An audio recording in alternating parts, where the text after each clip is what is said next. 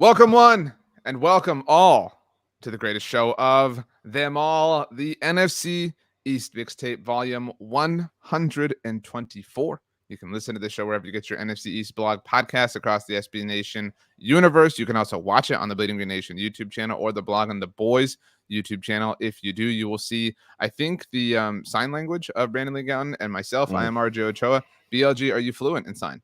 No, not official sign language. That's just I'm freelancing, if you will. I can do one thing. Check it out.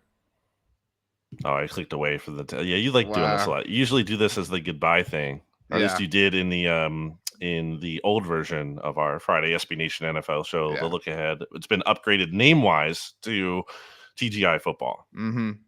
Yeah.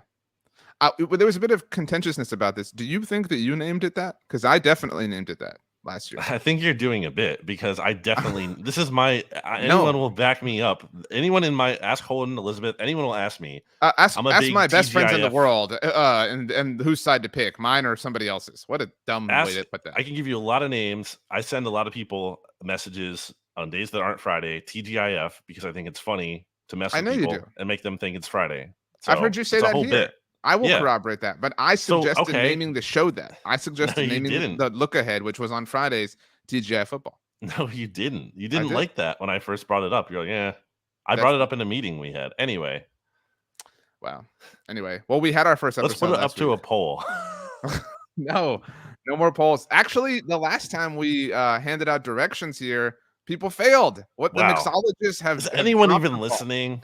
Yeah, like we asked the mixologist to tweet at Nikki to ask her to come on the mixtape. I wasn't tagged in a single tweet, and Nikki didn't tweet at us and was like, "Hey, get your listeners to stop annoying me." So I presume that nobody followed the assignment or did their homework. Maybe we should put her Twitter handle in the description so that's easier for people to go to, and maybe just people aren't using Twitter. By the way, I have a whole thing on this. I've been meaning to say this. This isn't directed at anyone specifically, but this is a general thing. Oh, I guess it's X now. No, shut up. It's just not. It's just call it Twitter. We're tweeting. We're not. No, none of this X garbage. I know it's literally called that when you see it, but like, let's be real here. It's Twitter. We all want it to be Twitter. No one likes X. It's just Twitter. So we don't need to like fall in line with this. Just it's Twitter. We all need to agree on that. It's just Twitter. I've done it, so I'm guilty of doing the thing that I'm about to say that I hate. But like, I hate the bit that people do now. The like, oh yeah, somebody said on Twitter, oh, I guess it's X now, and then goes on to like finish their story. We don't need that. Like that was funny the first time somebody did it, but like again, I really hate when things become popular and overused, and this is like in that category. That's what I mean. Everyone's saying it. I will say, it's not on like maybe I guess I'm just gonna ask. I saw or I have seen like, you know how people do that, like they'll share like a tweet on a graphic, but they'll put like the tweet and like an image behind it, and then they'll put like the Twitter logo in the corner to like signify that's where it came from. The X has replaced that. I've seen that in different ways. Like so the X logo is in fact the new logo for Twitter. So does that bother you? It's just Twitter. That's all it is. When the X stuff came out, originally, there was a lot of jokes about Ed Sheeran, in one of his albums, which is a breadcrumb. I've never been this excited to give my song for the week's NFC East Mixtape playlist, assembly. Very excited about that at the end of the show. Also excited for the show. We have actual football games to talk about. We have preseason takeaways to kind of offer or hand out or whatever the case may be. Nikki's not going to help us do that with the Commanders. Maybe she'll be able to help us do that next week. Next week, by the way, so that you all know, might be a day later, right, Brandon? So we might have to record on Wednesday. So just in case everyone, you look for your normal feed episode next Wednesday, it might not be there. It might not come until next Thursday, but just so everyone is fully aware. It's always in flux in training camp. There's a lot of different dates. So they practice on Tuesday next week, and I think it's during the morning. Whereas today, when we're recording this on Tuesday, August 15th, the Eagles don't practice the Browns until 1:45. Originally, it was supposed to be 5. The Browns. Practice with the Browns. They don't practice the Browns. It's a joint training camp. You play yeah. You don't practice you don't call it joint practices. You don't say the Eagles practice the Browns. That's a weird way to put it. Wouldn't you say the Eagles played the Browns if they were playing a game? So it's not okay to just swap out. I wouldn't say it that way. I would say they're going to practice with the Browns. That's the proper Well, it's more of like they're dialect. practicing against the Browns than with That's them. even better. Yeah. But you can't say they practiced the Browns. Anyway, the point is the schedule's in flux, so we appreciate you being patient with us. It should be, if it's not out exactly when you think it is, it might be a little bit later. Okay, let's get to it. The Philadelphia Eagles lost, and they're on a losing streak. They lost the Super Bowl, lost the preseason opener, could not break the streak. Could not which do loss it. was more painful? Yeah, that's fair. Could not. So the streak is now 24 games for the Baltimore Ravens. I heard a great point on this, just on the Ravens side of things, on the Around the NFL podcast. Now, with there only being 3 preseason games, like it would take all the more long for any team to catch them. So at this point, I'm really just rooting for it to continue forever. This is super funny. But the Eagles 19. It was a game-winning field goal. Like it was fun. I mean, the Eagles almost upset them in terms of Eli Ricks has that pick 6. They're about to tie it, or they could have tied it if they kicked the extra point, but it's preseason. Like, I mean, if it's a real game, I would support going for 2 anyway, but especially in preseason, what's the point? You don't need to give Jake Elliott another extra point rep. Just see what your backups can do in the 2-point situation. Naturally, Ian Book did not look good in that spot. The Ravens ultimately hold on. I won $2 off of it because I had bet $5 on the Ravens before the game. I knew they were going to win because they care. They're playing freaking Tyler Huntley and Melvin Gordon in the second half of the game. Like, what are you doing? So Eagles lost. I think there were some definite positives, especially with some of the younger players. I really had like 4, or I guess I can go 5 things that stood out to me from this game. I can hit them all quickly. I will say Jalen Carter, obviously he had that clip I'm sure you saw. The first play, right? He only played 2 snaps, but the one play. And again, he went up against like a credible guard. This wasn't like some UDFA, nobody, can't body. Like Glenn Cleveland has some starting experience. He was a 3rd-round pick a couple years ago. He played for Georgia, and he just made him look foolish. You obviously saw that kind of top-end talent. I have Sidney Brown was flying around out there. Eagles early 3rd-round pick. He could continue to be in the mix at safety. He was taking some first-team reps on Monday for the first time, really. And I have Tanner McKee looking good, the Eagles' 3rd-string quarterback. I think he could potentially be a number 2 of the future if he continues to progress well. I thought he was making some pretty impressive throws for a 6th-round pick in his first NFL game ever. And then DeAndre Swift. DeAndre Swift had that one run that was like 22-yard run, right? 22-yard run where he cut back, juked a guy out of his shoes, and then laid the wood, put his shoulder into someone, ran through contact as well. That was a little surprising to see. But it's like, he doesn't need to play in preseason anymore. Like we know who DeAndre Swift is. That was nice to get him a little bit of action. But those are the biggest 4 things I had from the preseason game. On the DeAndre Swift thing, this is just kind of an NFL in general thing. I really thought like on Monday on Good Morning Football, there would have been like a segment devoted to like all the number zeros in the NFL. I was sort of like expecting that because it's new. You know what I mean? Did you see there's an ESPN feature on this? Did you see I didn't see that, but yeah. I expected like a montage of like all the number zeros. So there's an article up today. I actually put that in my link roundup on bleedinggreennation.com if you want to check that out. I don't want to support Bleeding Green Nation, so I'll just go straight to the horse's mouth, straight to ESPN. But in all seriousness, it was a nice run. The other run was for 2 yards, so kind of come back down to earth. But no, I mean, definitely a very interesting thing. The Jalen Carter thing was just like, oh, of course. Like it was just like it was the meme like continuing and like in a positive way. You know what I mean? Like they're like, oh, of course, he's amazing, blah blah blah blah blah. So that was really funny. You brought up McKee. I think Tanner McKee. Well, my biggest like takeaway, I don't have like a strong stance on anything in the preseason to be very clear, but my biggest takeaway here is that Marcus Mariota kind of not great. Like I was never like, oh no, the Eagles signed Marcus Mariota, but like it does kind of feel like this, like he might not, like my assessment is he might not make the team. Am I way off? Like, is that impossible at this point? You're off just because he has so much experience and there's connections here on the coaching staff too. He's former offensive, so they clearly like and him. He's the prince that was promised for the Philadelphia Eagles specifically. That too, obviously. And look, it's not like he's totally without any redemption. He looks great as a runner. That's true, but he just the passing certainly is rough. I mean, he's missing wide open targets, and it's not like okay, well, he's working with the second team, so if he was working with the first team, that would solve everything.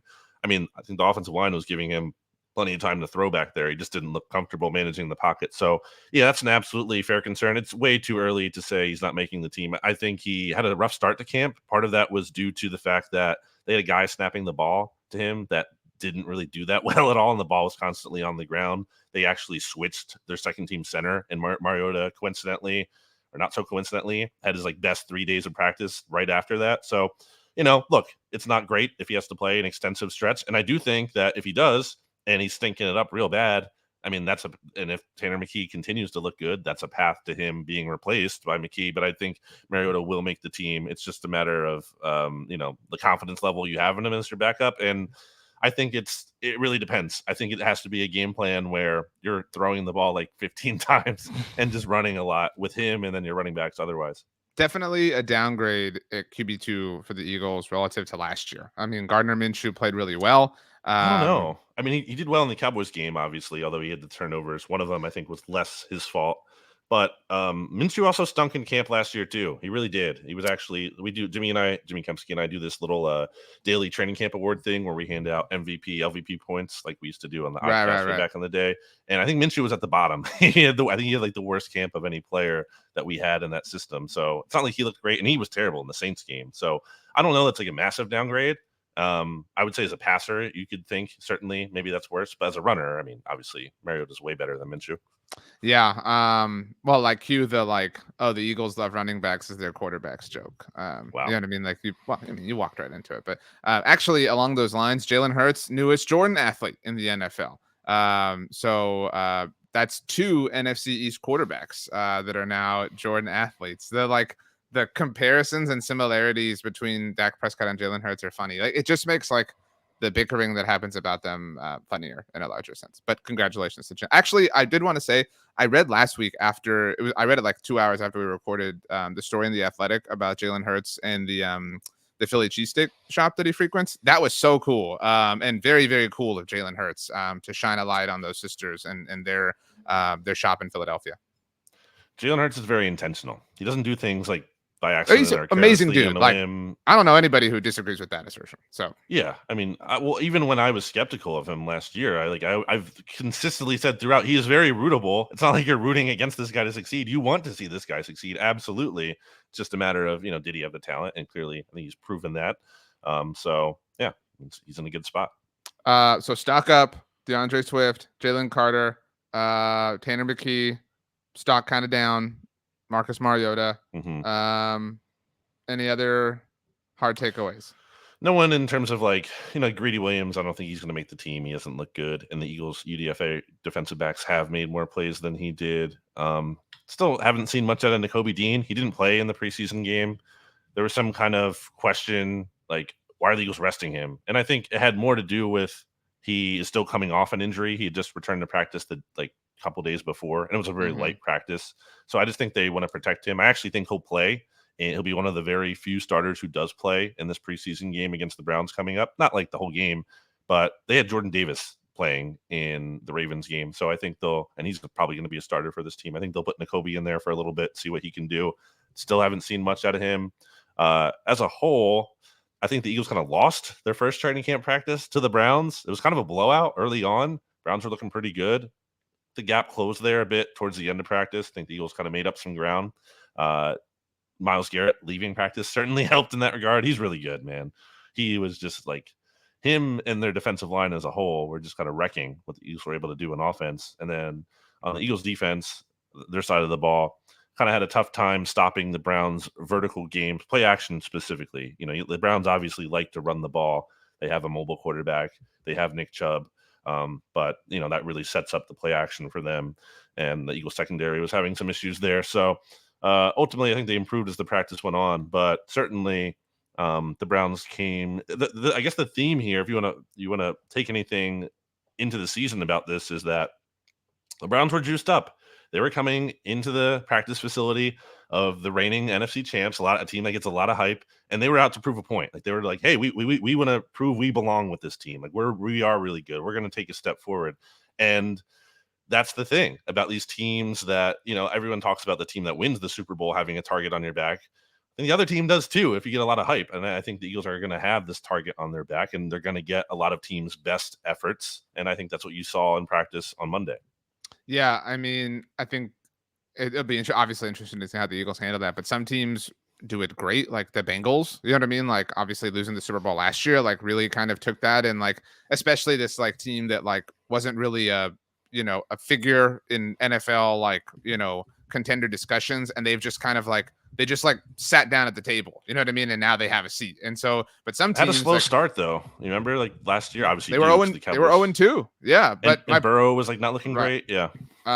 But I mean, some teams wither, like the Rams. You know what I mean? Like they like had the least meaningful Super Bowl win ever 2 years ago, and then they just like fell apart, and nobody cares or like thinks about them anymore. So whatever.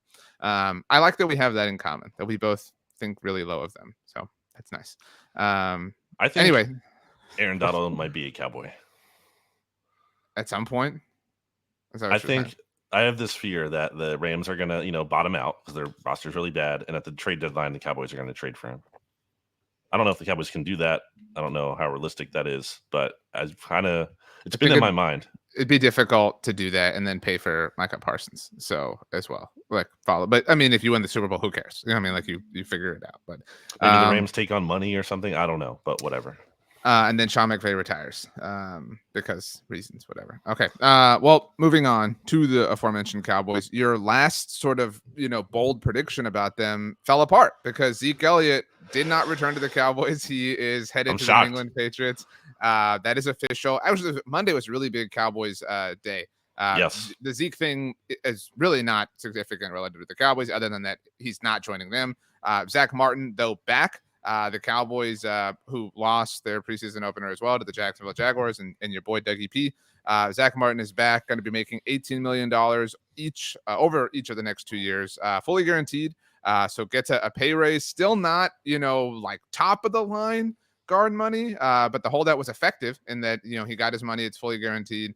But the Cowboys got a lot better on Monday. And I think there were a lot of Cowboys fans. Nobody is like rooting against Zeke, but I think there were a lot of Cowboys fans relieved now that this is officially out the window. Definitely not going to happen because Zeke Elliott is on a new team, especially because the Cowboys have Deuce Vaughn, who set the world on fire last week. I mean, that's the big story. The deuce is loose, some people would say. I actually made that up.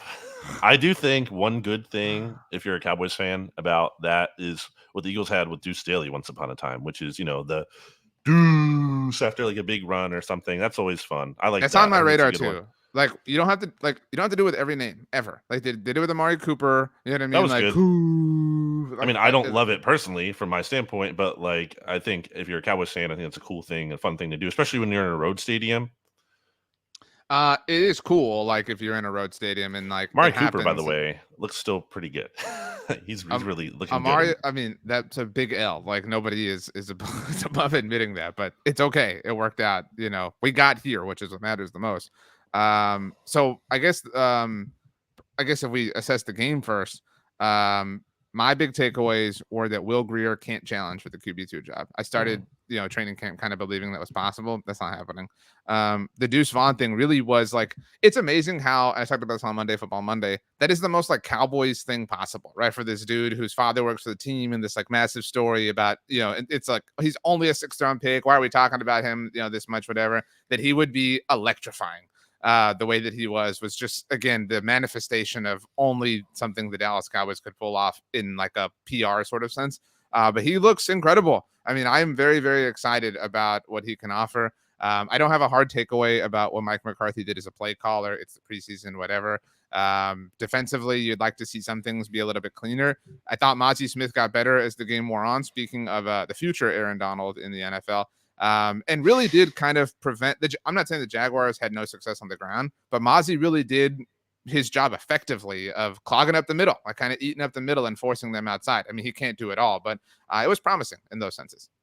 Couldn't stop Nathan O'Rourke though. What a oh my god, amazing highlight. That was incredible. Yeah, it's one of those things like you're not even mad about. Like it was just like that was amazing. I'm just super happy that I got to see that type of thing. It's almost like the Carson Wentz play from when they were playing the Commanders. Panthers. Oh no, I thought Commanders it was It was like a Monday night, 2017. right? It's a Monday Night Football Yeah. game. Wentz was electric in that entire game, but he had that play where it looked like he got sacked. He took off running. He didn't throw the ball, but I mean, it looked similar in terms of just being swallowed up and finding a way to break free. Yeah, pretty incredible play. Deuce Vaughn, I guess I just wonder, what's his role going to be in terms of usage, because I think that's where the size doesn't manifest in this guy can't play at all. The size manifests in how many touches can this guy handle, and like what kind of volume can he take on in this offense. But certainly as a role player, at the very least, looks like he's going to be effective, and that is pretty chalk relative to, like, everyone thought, I think for the most part, that was a great pick for the Cowboys. That was like a steal of a pick. He's going to come in. He's going to be fun. He's going to be exciting. So I'm not saying, it's hard. You can't just say it's definitely a given because of where he's drafted, but this path was certainly there, and it's going, I think, as I expected, as a lot of people expected. That's good news for the Cowboys, especially in light of Tony Pollard's injury, coming back from that and being able to maybe, share some of that playing time and share some of the same things they can do, and not putting all that burden on Pollard. And also, I think you've mentioned, and we're saying on the SB Nation NFL show on Monday, that neither Mike Davis nor, who was the other back? Malik Davis and Rico Malik Dowdle. Davis. Right. And none of those guys are really standing out. So that's good news for the Cowboys. So there was a great point that By I me. saw. No, that I saw. I'm looking for it right now. About I guess it was about Deuce Vaughn. It was I think I saw.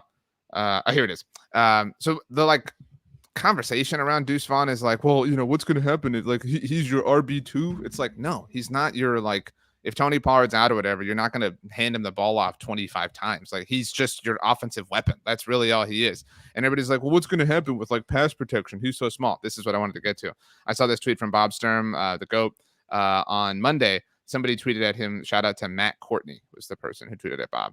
Said, I'm sure people are just used to hearing the Cowboys talk about how important pass protection for running backs is, because that's the excuse the Cowboys use to keep Zeke on the field. They don't realize you can deal with blitzes in a ton of different ways. Yeah, like, somebody's blitzing you. What's Deuce Vaughn going to do? He's going to run out to the flat and catch a pass and run up the field for 40 yards. You know what I mean? Like, they did really kind of, I'm not saying that's like 100% of the time, but that's my to point. some extent. Right. Yeah, like, but you need to have him pass protect more than ever. Again, like, that was like Zeke's calling card, like, at the end. You know what I mean? It's like, well, we have to have him on the field because, like, what's going to happen if the running back can't block? I don't know. The same thing that's happened for 100 years. You know what I mean? So it's really fun. It's like a fun storyline, but what makes it fun is that it's real. It's not just a preseason storyline. So that's interesting. But yeah, Rico Dowdle had a fumble, which was tough. I do think he has the inside track to be like the guy if it weren't Tony Pollard, so to speak. And if Deuce were to kind of maintain his unique little role. But yeah, other than that, like, one of my other takeaways was nobody lost a job on Saturday. There are some dudes that are pretty consensus, like, on the bubble, but all those guys kind of, held. So it'll be interesting to see what happens this week. Cowboys kick off at 9 Central on Saturday. So it's going to be tough. Why? That's too late. It's in Seattle. That's ridiculous. Yeah, I know. But it's a preseason game. Like, come on. Like, we need to put this in prime time. Like, people aren't watching this. Who cares? Just start it earlier. Don't be ridiculous. More Zach point. Martin's Zach. Okay, I was going to talk about Zach Martin, but go ahead. Your silly point. Deuce Vaughn. I mean, did I see correctly something on Blogging the Boys that, like, Jordan Lewis could be a surprise cut? People are saying that, like, that was a Bleacher Report article that one of our writers wrote about. I would be very stunned. And the reason this is relevant, that in case people are unaware, everybody wants Deuce Vaughn to wear number 2. I was just going to say that. Yeah, he should be wearing number 2. Come on. Well, Jordan Lewis is number 2. He's currently on the PUP list. And I don't know, but I would anticipate that he would open the season on the PUP list, which was all the less reason why he would get cut. But even if he weren't, hurt or coming back, he's coming back from injury. Yeah, he's a valuable. Not going to cut him because there's no point. He's a valuable. He's a valuable player, valuable depth piece for them. He's a great nickel corner option. He's been awesome. So I mean, again, people are just that is like caught up in the like, well, you got to give Deuce number 2. I will say, Jordan Lewis has changed numbers more than your average player with the Cowboys. He was number 27 at first as a rookie, and then he switched to 26, which he wore at Michigan. And then he switched to 2, obviously. when that became possible for you should sell DBs. his number. You should do a deal with Deuce. I like 42. I'm a fan of this. Like I don't want Deuce to change. So no. But yeah. Anyway, that's where the super hype has come from. People are trying to cut Jordan Lewis for a number. Think about how silly that is. But anyway, Zach Martin back. Again, the fact that the Cowboys didn't have to pay $20 million a year is great. So their last two they got Malik Hooker done, as we mentioned, but Trayvon Diggs didn't hit $20 million a year. Zach Martin didn't hit $20 million a year. I mean, those are big wins for the Cowboys. I mean, yes, they had to come up, and Zach Martin is less of a bargain than he has been, but he's still a bargain relative to his standing in the entire NFL. He is. It was always likely with most holdouts, really, that the player's going to cave at some point. It doesn't really work out that they can take it into the season, and that works out great for them. But he wanted to make the Cowboys sweat a little bit. He did. He got some more money, and it worked out for him. Maybe not exactly as he wanted, but more than none at all. So he'll sign up for that.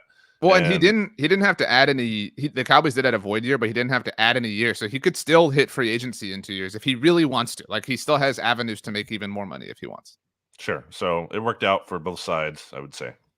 And Zeke, not a member of the Cowboys, now a member of the New England Patriots, a 1-year deal worth up to $6 million. I saw Stats' old boss, Mike Florio, wrote Josh Jacobs should just take the $10.1 million from the Raiders and take it now before the Raiders wise up. What did Dalvin Cook get with the Jets? 1 year, 8 something. Yeah, I mean, is the market awful for running backs from an earning potential? Yes, but take the franchise tag right now. That's a huge bird in hand you can have as a running back.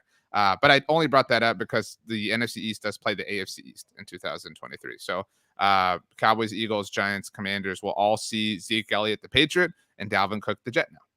Who do the Eagles play in week 1, RJ? I don't know because they don't live in my head the way the Cowboys live in front of your head. I would guess it's not the Patriots because I'm very excited for the Eagles-Patriots game for Juju. It is the Eagles-Patriots game. Is that week 1? Really? Yep. So they'll see Zeke in week 1. And Juju. Sure. I'm excited for the content that will come out. I'm not in any way Juju's going to go off on the Eagles. Let's be real. But but the content will be really, really funny at the very least. So that's what I'm looking forward to.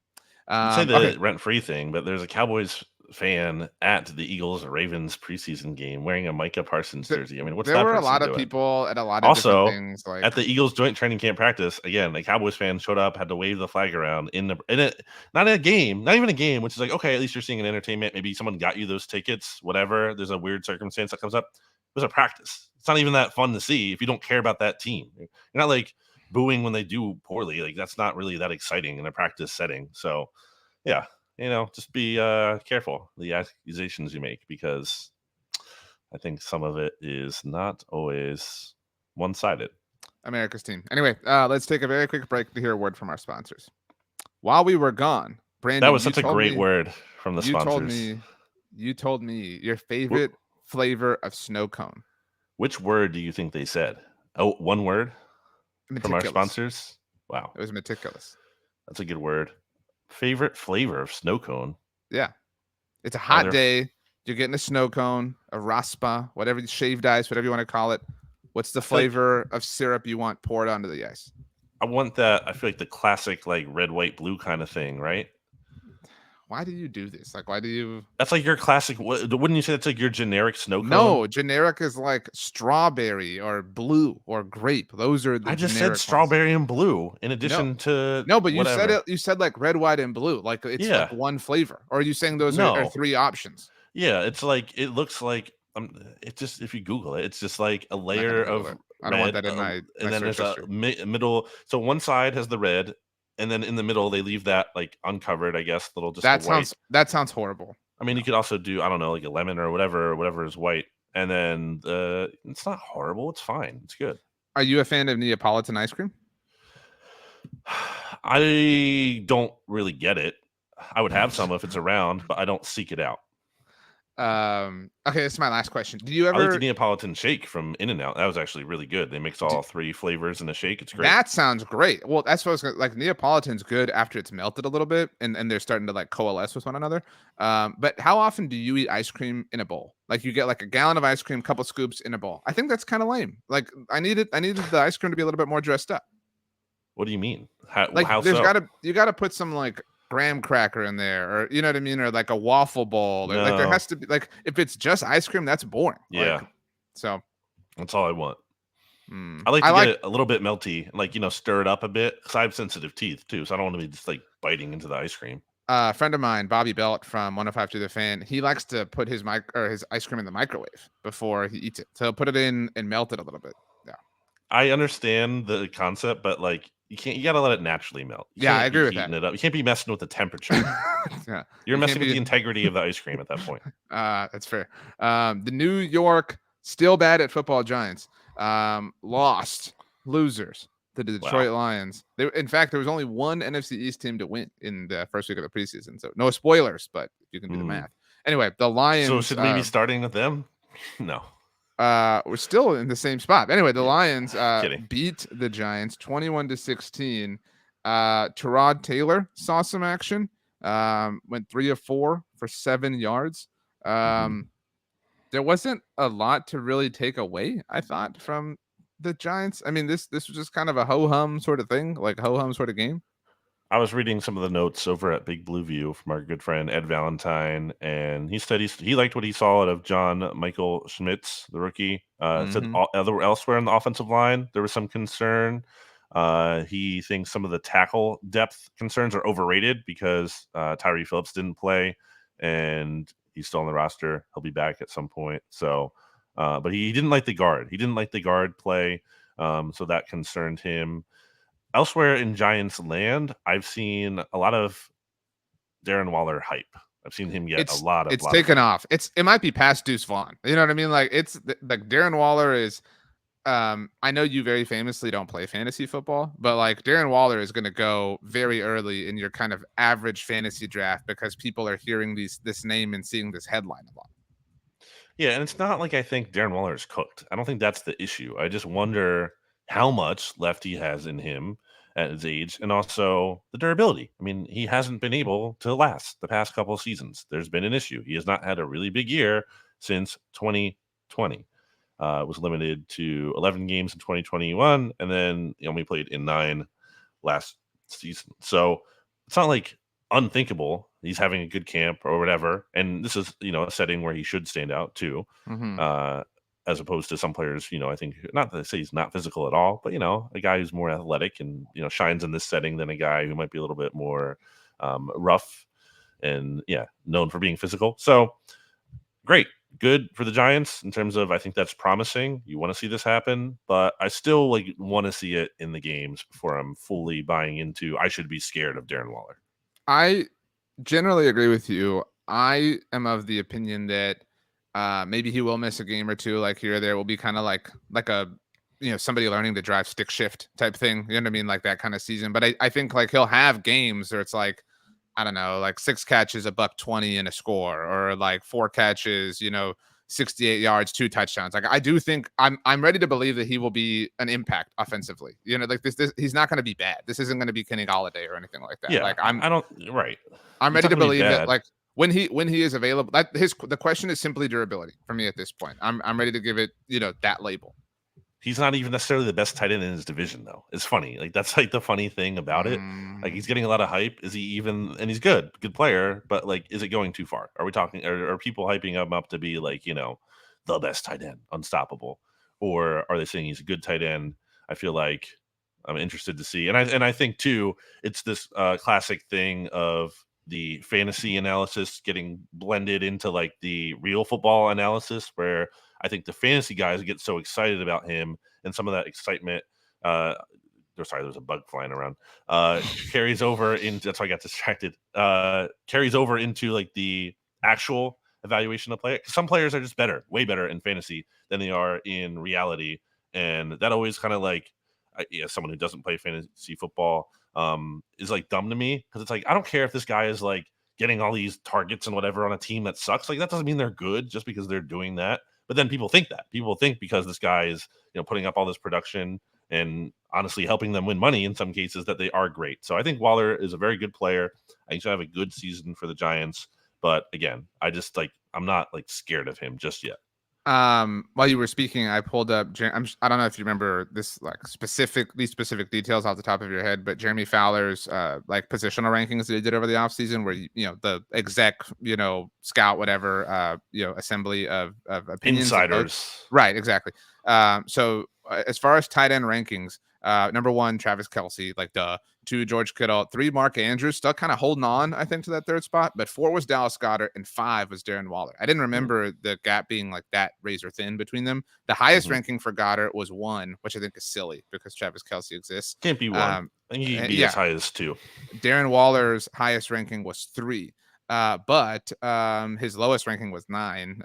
And last year, for what it's worth, so like these rankings a year ago, Goddard was 6th and Waller was 3rd. So, there has been some, whatever. I will offer a tease for a different podcast on the blog on the boys feed.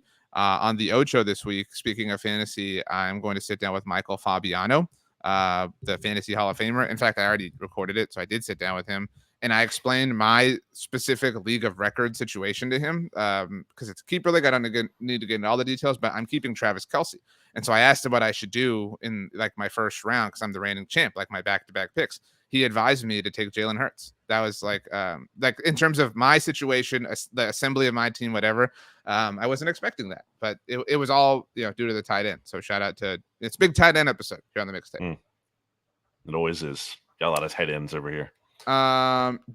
I continue to see Jalen Hyatt buzz. Those are the things. Like, there's just, speaking of bugs, there's like Darren Waller, Jalen Hyatt. Like, they're just kind of like in your face right now. So yeah, I mean, prove it to us. Like during the regular season, that's where we're at with this team.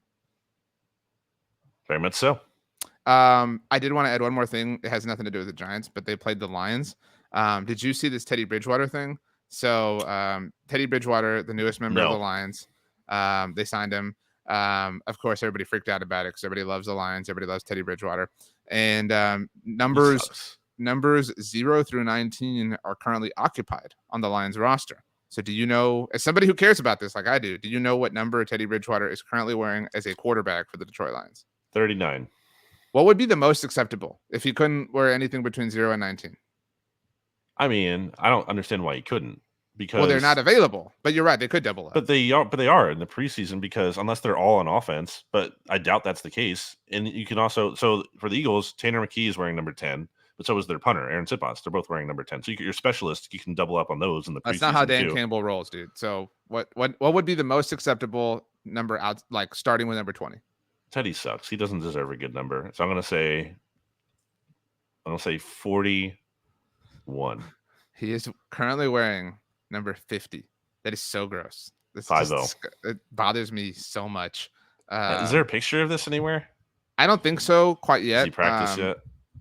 But I wondered if it was a result of like, how sometimes if a guy has been like Amari Cooper was 89 with the Raiders, and then that was taken with the Cowboys. He took 19. You know what I mean? Like, it's the closest thing it keeps one of the digits or whatever. I wonder if it was like he's been number 5. So, it's right. Like, well, I'll just whatever. But anyway, the Washington Commanders, the Eagles struggling with the Browns, not the Commanders. They beat them 17-15. So the Commanders, transitive property, clearly better than the Eagles here in 2023. Ooh. Sam Howell caught some love from people. Besides you as the most underrated, player, your most underrated player on that team. 9 of 12, 77 yards, had a score. The big takeaway was Jahan Dotson looks awesome. Like, I mean, he is a budding superstar in the NFC East. I think the big takeaway was the post-game ball. To be clear, like the Dotson stuff is just percolating in general, not for this game, but like that's the last week's worth of action. You know what I thought about this week? It didn't really hit me until now. Probably should have earlier. Jahan Dotson, right? Jay Dotson. Commanders used to have Jay Doxson. To get the C. Josh Doxson. Remember him? Yes. First round receiver. Yes. Isn't that weird? They had 2 first round receivers, Jay Dotson, but a letter removed. Anyway, did you see who got the game ball after the Commanders won? I did. So stupid. This is so dumb. Why do you need to give the owner the game ball? Why does after this a bother preseason you? game? Have you seen the state of the Sixers right now? Do you think I'm bothered by the fact that does the owner even care? Does the owner even know what's happening? the team's star player is saying he never wants to play for the GM ever again. The Commanders don't exist as an opportunity for you to get on your Sixer soapbox. Do you think that's not the purpose of this team on this show? But do you think the owner is involved? Just think about it from a human level of like having all these different teams, and like how would you pay all of your attention to that? How are you properly dividing your attention between these things? Okay, so if Jeffrey Lurie has any other business, he's just at fault. It's not just any other business. It's like 5 other teams. It's their businesses. That's like, you know what I'm saying? Like that's Jeffrey Lurie, I don't think has 5 other businesses. Does he have like a real estate company or like a piece of some sort of tech pie? You know what I mean? Like this is but dumb. he has like a film thing, but that's like well, wow, he's paying so much attention to film. Imagine if he weren't. You know what I mean? That's not the same thing I bet at all. Jeffrey Lurie's behind the Kelsey documentary because he's too focused on film. You can so much more easily delegate something like that. That doesn't necessarily need your day-to-day attention, especially when the situation is so volatile. Dotson had a 26-yard touchdown pass from Sam Howell. A pass or a catch? Oh, I mean, it was a pass. Yeah, he caught a pass. I mean, yeah. Well, that'd be pretty impressive if he threw it. But yeah, it seems like Howell looked okay. I don't know. The Howell thing's weird. I haven't seen glowing reviews about him in Washington media or Hogs Haven or anything like that, or on Twitter or anything. I think it's apprehension to believe, like they've just been burned. You know what I mean? Well, like, I also think he hasn't looked like amazing, like fine, but nothing like, oh wow, otherworldly, like lighting it up. He's no Justin Fields throwing for -7 air yards and 3 touchdowns. That bothered you? Stupid. I bet the moment you got the clarity on that, like you saw the play, I bet you were just so boiled about that. I actually didn't see the hype first. I saw the qualifiers first, which I think people are catching on to my skepticism, rightfully so. I don't need to get into that. Anyway, this is very dumb to me. So Jahan Dotson looks. I think the player we're gonna think like the player who's gonna make the biggest leap in our collective minds in the NFC East this year is gonna be Jahan Dotson. Like I think like the biggest leap relative to where they are right now. I'm not saying other players won't also be better or make leaps themselves, but he has the biggest ground to kind of gain and jump and sort of take over. So I'm very much a believer in that. Jacoby Brissett was fine. I mean, this was just a solid outing. This, which is interesting given that they started the week or had the week with such turmoil with the Eric Bieniemy, disaster comment, whatever. But that's the incredible leadership of Josh Harris. Yeah, I'm sure he's making a big difference there. Isn't it amazing that the biggest nightmare happening to a Josh Harris own team right now isn't happening to the Washington team? There you go. Wow. That's funny. That's really hilarious. Anything else? Any other takeaways here?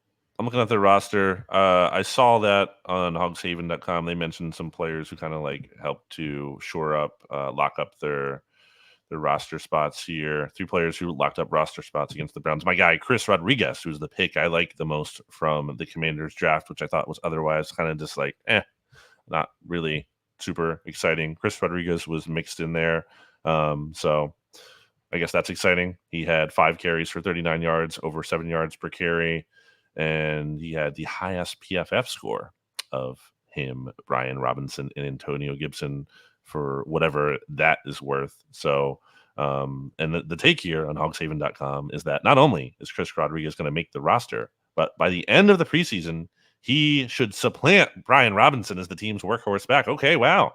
And it says here it's not a negative commentary on Robinson. It's just that Chris Rodriguez is simply too talented to languish on the bench.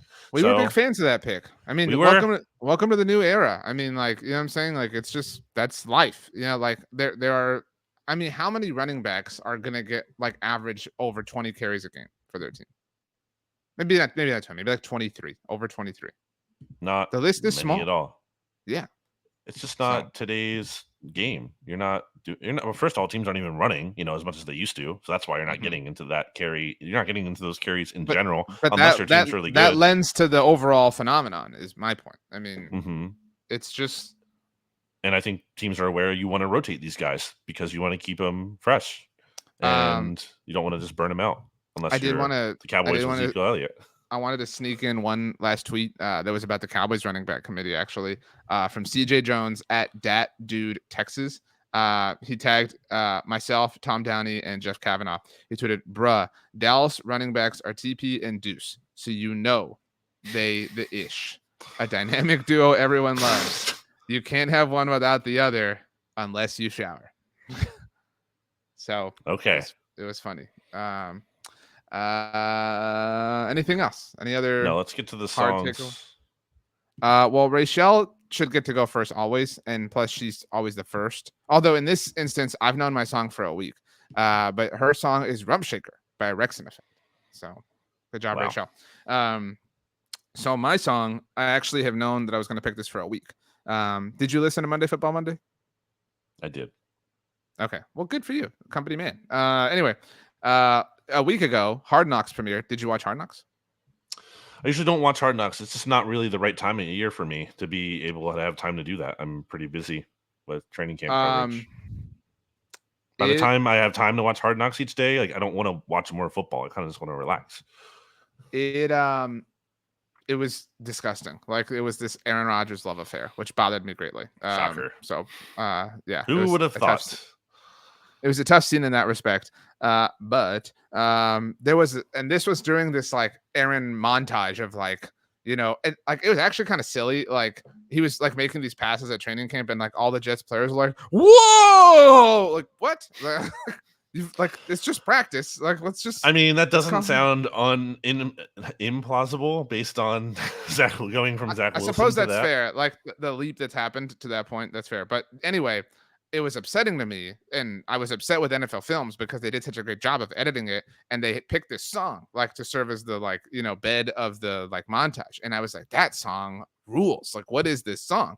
And so I Shazammed it. One of the more underrated apps I think that exists in our lives, and the function it provides is really underrated.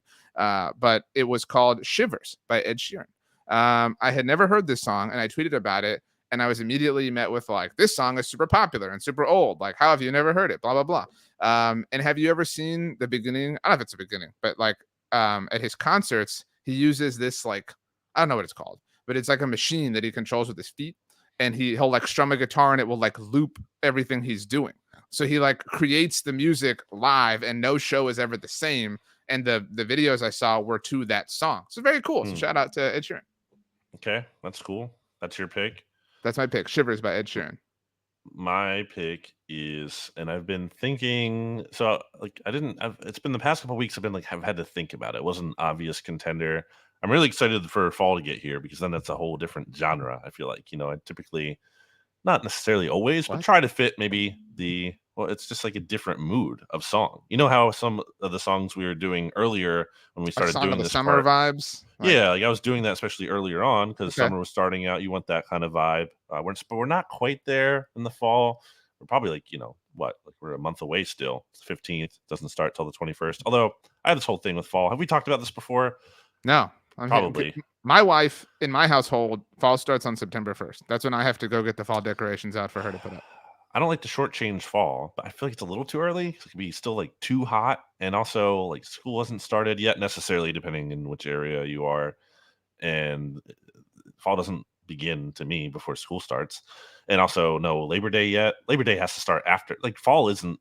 It's not Labor Day and you're in the fall. That's just not true. That's Labor Day is the like official end of summer. So I agree.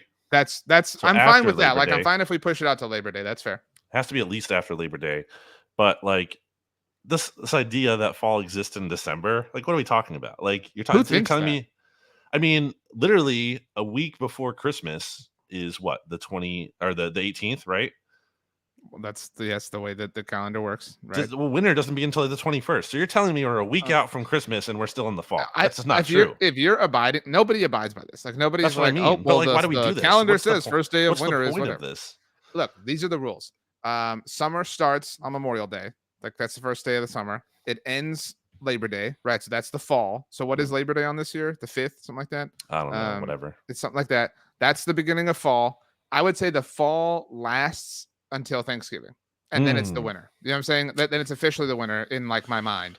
And it's basically the winter until spring break, whenever that happens to be for you. And then it's spring, and then summer starts on Memorial Day. think people would disagree. I think there's a conversation to be had about when fall ends, because I could see Thanksgiving, that's reasonable, I think, but I think some people, especially maybe some colder climates, would How about argue this? that it could be Halloween. How about this? Halloween's the end of fall, and you kind of feel that way because there's all this build up with pumpkins and the build up to Halloween and everything. Although So I get Thanksgiving's that. colors are really fall They oriented. are, but it's all like it's almost like its own thing. Okay, how about this? Fall ends. It's subjective to where you live. To your point, the moment snow hits the ground for you, that's when fall ends. And if it What if it doesn't never snow, snows? that's if it doesn't snow, then it ends on Thanksgiving. That's what I'm saying. Hmm. So like if snow hits your life before Thanksgiving, that's the beginning of winter and the end of fall. It's up to weather. I think Should that's we? fair. So the thing that's unique, I think it's fair to say, I'm thinking in my head about fall, is that it has two names, right? We say fall and autumn. Like those are two different names Nobody for the says same autumn. season. Nobody says autumn that But doesn't some work at people do Kirkland's. though. But you know Nobody what I says that. mean. You know it's like a thing, right? Winter doesn't have that. Spring doesn't have that. Summer doesn't have that. There's like this alternate Summer has name. summertime. You know what I mean? That's Like not the same thing. It's like a it's the different. same thing.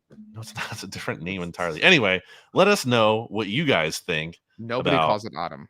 fall or autumn. I think we should make a distinction between those two. I think one of them should be the bigger range of actual, like what you said to the Thanksgiving thing. And another one should be like September, maybe late September until Halloween. That should I be like fall, maybe, and then the other one should be autumn, or vice versa. I don't care which one's which. We just have to decide how we want to define this. I tell you And you what, should tweet at me, at Brandon Gowton, and at RJ Ochoa, to really hash this out. I cannot wait for the first time, whenever it is in your qualified seasonal calendar, that I go to walk my dog and it's like 6 o'clock, but it's really dark. That's a great like mood. I'm really looking forward to that. So Fall is the best time of the year. It's very inarguable. You got football, you got the weather where it depends where you are, of course, but here it's kind of like, okay, it's kind of chilly. I can put on a sweater, a hoodie if I want to, but I don't need to. Mhm. I'll be okay if I'm, if I just Also, go out. you can do like a top half whatever it is garment, like sweater, hoodie, Yeah, whatever, with shorts. It's hoodie with still, you know shorts what I on, mean? Like it's exactly. totally Might be great. the ideal combo, depending again how long you're Mm. staying outside, what the situation is. My song, anyway, since this is a big tangent, is "Heaven" by Angels and Airwaves. The lead singer of that band is one Tom DeLonge, who was right about aliens, obviously, and is in Blink 182. This is his side project band that he created after Blink 182 broke up the first time. Angels and Airwaves, "Heaven." It's the last track on an album, their second album called I Empire. I used to work at a sandwich shop. I was wearing my shirt of that, I think, Right. last week during last week's record. And every time on my way home at night from there to driving back to my house, I would listen to that song. It's a good night driving song. It's Mm. cool. It's That's a epic. good category. Good night driving Oh, song. of Wow, what a course, great category. that's its own Right. thing. The song really builds, so I like that. Mm. It's the last song. And also I like listening to albums from front to back. I like when albums end strong, like a really good closer track to just kind of put a bow on everything. And I think that's what Heaven is on this album. It's a great description. Way more introspective than my like. I was watching Hard Knocks and hadn't heard this super popular song story. So, when you said Heaven, there's a song called Heaven by Los Lonely Boys. They were the opening act I love that to song. they were the I opening forgot about that. they were the opening act to Dallas Cowboys training camp in 2007. That was such So a great song. I always I forgot about that. the Spanish version is really good too. Like they sing the whole thing in Spanish. What's it? How far is heaven? It's called Heaven. But Yeah, like but that's the that's line, yeah. the chorus. Yeah. Yeah. But like the guitar is really fun. That's a good like the sun is setting in the final days of summer song. You know what I'm saying? I Like agree. In August summer song. right. Look at us. Look at us just like making all I said look at us, and something else I did recently was I think I told you this. I had never seen the Paul Rudd Hot Ones. Oh, come on. Well, I finally did like 2 or 3 weeks ago at this point, but when I saw it, I was like, "That's the thing." I was like, "That's the line." Like that's the meme. Like that's what everybody says. So, Could you handle hot ones? I know we talked about I did it before. Can you handle the spice? I have no real interest in attempting this. I recently watched the That's Harry not the Kane question. It's not about would you episode. do it. It's could you do it? No, I don't want Could to. you handle the heat? Let's say you were like you could. Or what? I would die. Like is that No, the, let's I say you could make $1,000 I would if do you it just for I did would it. do it for like $50. You know what I mean? Sure. Like so. But I was going to tell you that I saw the Harry Kane episode, and so he went through the bomb, and he was like, "That is horrible." And then the Oh, it's next one, horrible. the next one, he was like, "This sucks." He was like, "But I could see someone like if they liked hot food, enjoying it." He was like, Yeah. he was like the bomb isn't even. He's like, "There's nothing about this that is No. enjoyable." Like so, It's not a good flavor. that's what I'm the saying. Like problem. it was an interesting take that like the next ones that may have arguably been a little bit hotter were still somewhat like enjoyable. I just a good way to put it. Who would have thought It's Harry Kane definitely true. As someone who's been through it, great player by the way, Harry Kane, like an amazing player. Always wish Bayern's Chelsea could finest? have gotten him. He was great. But yeah, that is definitely true. Having gone through it, and it's funny to me because shout out to my friends Alex and Ivy for buying me the kit for us to try out, and they did it when like they were visiting The me. Hot Ones So kit, not the Harry yeah, Kane kit. yes, the Hot Ones kit. So obviously I held on to it because they like flew to see me. They weren't going to be able to take it home, but it's like, what do I do with the sauce now? I have it. I could do it again for the challenge, sure. But whenever else am I going to use this sauce? I'm not. Like, why would I put it on anything? It sucks. By the way, it's super funny that you're a fan of Chelsea because you're not from there. Because that's the rule. I thought that you have to be from a place to root for the teams from there. So it's interesting that you like Chelsea more than the Philadelphia Union. I guess you can't be then. Yeah, a Manchester United fan. You're right. Yeah, just pointing out your dumb logic. Anyway, it's not really dumb logic. There's a story behind why I like Chelsea, and it's because they were one of 4 teams available to me on a FIFA demo. So that I used you're to allowed play. to have a unique story as to why you are a fan of a team that's not from your geographical area, but nobody else. I mean, I like all the Philadelphia teams and Chelsea. It's not like I like you don't like the Sixers. You don't let Josh Harris have his cake and eat it too. So I don't know. It's not like you. Well, yeah, I don't like that. I don't respect that. It's not like you, or you like the Yankees and the Lakers and the Cowboys and the Warriors and the Miami Heat and all those teams. Let's get out of here on that note. And you're a Patriots fan too. Yeah. As we close, I would like you, Brandon, to tell us all what your favorite flavor of ice cream to eat is after you've let it. Similar to the snow cone question. I'm going to take this over. Okay. RJ, as we close, I want you to tell everyone your favorite thing about me. You're 6'5". Nice.